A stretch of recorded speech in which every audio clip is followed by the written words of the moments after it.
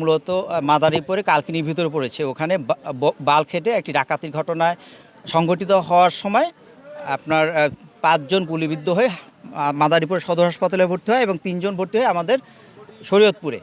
তো পরবর্তীতে এই ডাকাতির সংবাদ শুনে আমাদের যে টিম আছে সদর থানার টিম, তারা বিভিন্ন স্থানে অবস্থান নেয় এবং ডাকাতরা এক পর্যায়ে আমাদের মাদারীপুর থেকে শরীয়তপুরের ভিতরে আঙ্গারিয়া ব্রিজ হয়ে আঙ্গারিয়া খাল হয়ে ভিতরে ঢুকে যায় এবং এক পর্যায়ে স্থানীয় জনগণ তাদেরকে আটক করে এবং বিভিন্নভাবে তাদেরকে শারীরিকভাবে মারপিট করে।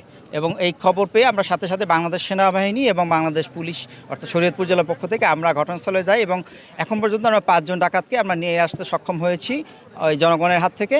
এবং এর বাইরে আমরা খবর পেয়েছি আরও 2 জন আছে, তাদেরকেও আমরা নিয়ে আসতেছি এবং একটি অস্ত্র আমরা উদ্ধার করতে এখন পর্যন্ত পেরেছি, যেটা আমরা জব্দমূলে এটা পরবর্তীতে আইনের ব্যবস্থা গ্রহণ করব।